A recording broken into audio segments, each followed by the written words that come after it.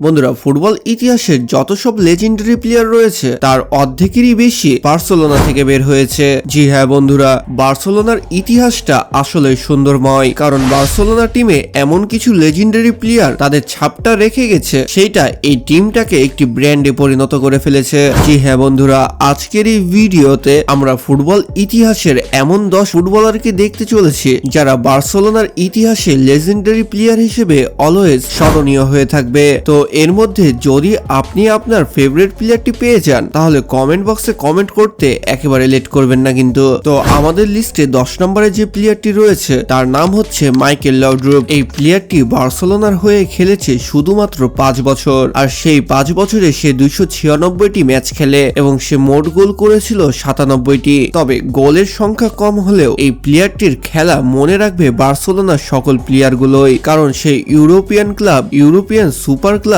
4টি লিগ, 2টি Spanish super cup ও একটি কোপা দে রে অনেকগুলো ট্রফি অর্জন করেছিল বার্সেলোনার হয়ে, এবং তার ম্যাজিক্যাল গোলগুলো তখনকার সময় অনুযায়ী দেখার মতোই ছিল।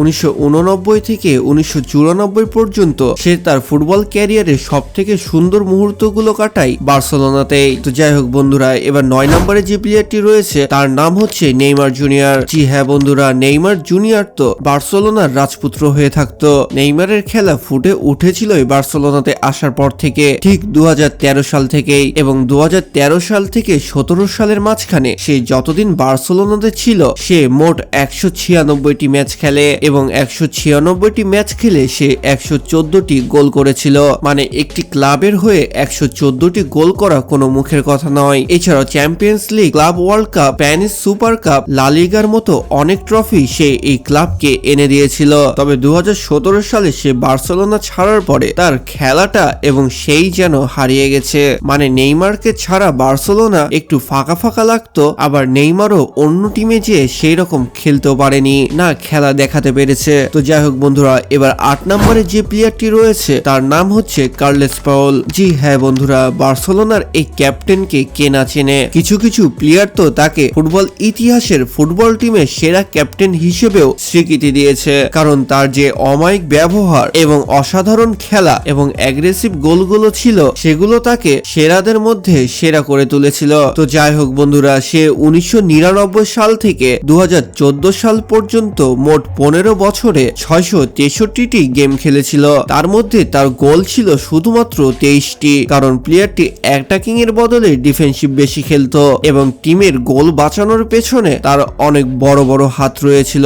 এর জন্য তাকে বেস্ট ক্যাপ্টেনও বলা হয়। তো বন্ধুরা, এবার 7 নম্বরে যে প্লেয়ারটি রয়েছে তার নাম হচ্ছে অ্যান্দ্রেস ইনিয়েস্তা। জি হ্যাঁ বন্ধুরা, এই টাকলা মামাটি দেখতে একটু বুড়া বুড়া মনে হলেও এর খেলা আপনাকে মুগ্ধ করেই ছাড়বে, কারণ তার যে অসাধারণ স্কিল, অসাধারণ পাস এবং অসাধারণ গোলগুলো রয়েছে সেটা তাকে একটি লেজেন্ডারি প্লেয়ার করে তুলেছে। প্লেয়ারটি খেলেছে মূলত ডিফেন্স হিসেবে, তাই তো সে 2002 থেকে 2018 সালের মধ্যে বার্সেলোনার হয়ে মোট 758টি গেম খেলেছে, এবং এই 758টি ম্যাচ খেলে সে মোট 66টি গোল করেছিল। তার মানে আপনি বুঝতেই পারছেন যে সে ডিফেন্স খেলেও যে গোলগুলো বের করেছে সেটা আসলে কোনো সিএফও পারে না। তবে তার বার্সেলোনার হয়ে 16 বছরের ক্যারিয়ারে সে অনেক উত্থান পাথান দেখেছে, কিন্তু তার খেলা কখনোই স্লো হয়নি। সে বার্সেলোনার একটা লেজেন্ডারি প্লেয়ার যাকে বার্সেলোনা কখনোই ভুলতে পারবে না। তো যাই হোক বন্ধুরা, এবার আমাদের লিস্টে যে নামটি রয়েছে তার নাম হচ্ছে রোনালদিনো। জি হ্যাঁ বন্ধুরা, 2003 সাল থেকে 2008 সাল পর্যন্ত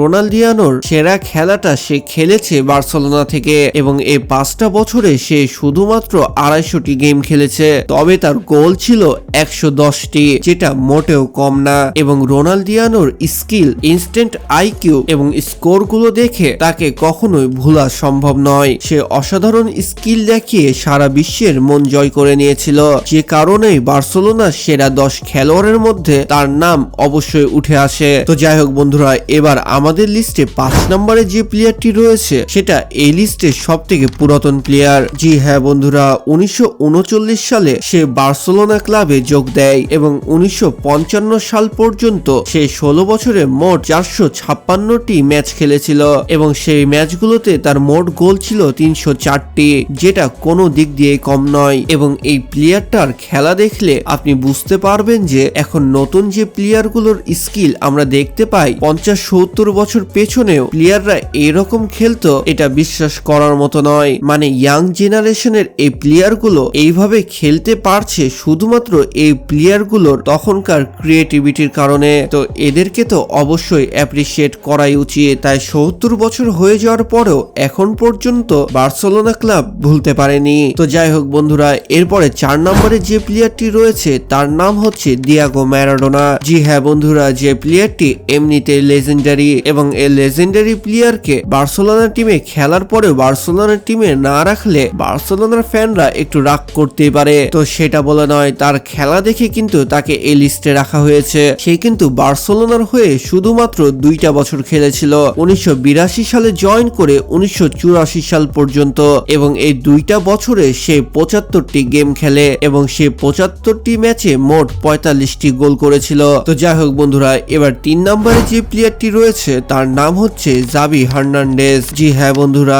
এই প্লেয়ারটি বার্সেলোনার জন্য অলওয়েজ লেজেন্ডারি প্লেয়ার হিসেবেই থাকবে। সে বার্সেলোনার হয়ে যে খেলাগুলো সম্পূর্ণ বিশ্বকে দেখিয়েছিল সেটা বার্সেলোনা টিমকে আজ এই লেভেলে নিয়ে এসেছে। তার শুধুমাত্র ডিফেন্সিভ কাজ ছিল না, সে ডিফেন্স হিসেবেও অনেক কয়েকটি গোলও করেছে এবং 1998 সালে সে বার্সেলোনাতে যোগদান করে 2015 সাল পর্যন্ত মোট 17 বছর বার্সেলোনার হয়েই খেলেছে এবং 869টি ম্যাচ খেলার পরেও তাকে যদি লেজেন্ডারি প্লেয়ার না বলা হয় তাহলে এখানে কিন্তু পাপ হয়ে যাবে। এছাড়াও অনেক বছর সে তার ক্যাপ্টেনশিপও ধরে রেখেছিল, যেটা বার্সেলোনার ইতিহাসে কেউ ধরে রাখতে পারেনি। আর এভাবে সে তার ক্যাপ্টেনশিপ ধরে রাখে এবং তার খেলা দেখার জন্য তার ফ্যান ফলোয়ারদেরকেও। তো যাই হোক বন্ধুরা, এবার 2 নম্বরে যে প্লেয়ারটির নাম বলতে চলেছে সে প্লেয়ারটির নাম হচ্ছে জোহান ক্রুফ। 1 নম্বর প্লেয়ারটি সর্বকালের সেরা খেলোয়াড় না হলে হয়তো জোহান ক্রুফই বার্সেলোনার সব থেকে বেশি লেজেন্ডারি প্লেয়ার হিসেবে থাকতো। জি হ্যাঁ বন্ধুরা, জোহান ক্রুফ একজন লেজেন্ডারি প্লেয়ার যে কিনা 1973 সাল থেকে 1978 সাল পর্যন্ত বার্সেলোনার হয়ে খেলেছিল এবং সে 231টি ম্যাচে 86টি মোট গোল করেছিল। এত কম সময় খেলেও কেন সে 2 নম্বরে জায়গা করে নিল? এটার উত্তর শুধু বার্সেলোনার ফ্যান এবং যারা জোহান ক্রুফকে চিনেন শুধু তারাই দিতে পারবেন। তো জানিয়ে ফেলুন আমার কমেন্ট বক্সে। আর 1 নম্বরে যে প্লেয়ারটি রয়েছে তার নাম হচ্ছে অবশ্যই লিওনেল মেসি, কারণ 2003 সাল থেকে 2021 সাল পর্যন্ত সে বার্সেলোনার হয়ে মোট গেম খেলেছিল 778টি এবং বার্সেলোনার হয়ে সে হাইস্ট গোল করেছিল 672টি। বার্সেলোনার হয়ে 672টি গোল আজ পর্যন্ত কেউ করতে পারেনি, পারবেও না, যে কারণে বার্সেলোনার সর্বকালের সেরা খেলোয়াড় হিসেবে লিওনেল মেসিকে ছাড়া আর অন্য কাউকে রাখা যাবে না। তার এই পজিশনটা ভাঙা একেবারে ইম্পসিবল। এছাড়াও সে তার বার্সেলোনার সাথে 18 বছরের জার্নিতে যতগুলো ট্রফি অর্জন করেছে সেটা কোনো প্লেয়ারই তার ক্যারিয়ারে করতে পারবে না। তাই সর্বকালের বার্সেলোনার সেরা খেলোয়াড় হিসেবে লিওনেল মেসির নাম থেকেই যাবে। তো যাই হোক বন্ধুরা, আজকের এই ভিডিওটি ভালো লাগলে অবশ্যই লাইক, কমেন্ট এবং সাবস্ক্রাইব করবেন, মানে সাবস্ক্রাইব অবশ্যই করবেন। তো দেখা হচ্ছে পরবর্তী আরো একটি ইন্টারেস্টিং ভিডিওতে। ততক্ষণ ভালো থাকুন, সুস্থ থাকুন, আল্লাহ হাফেজ।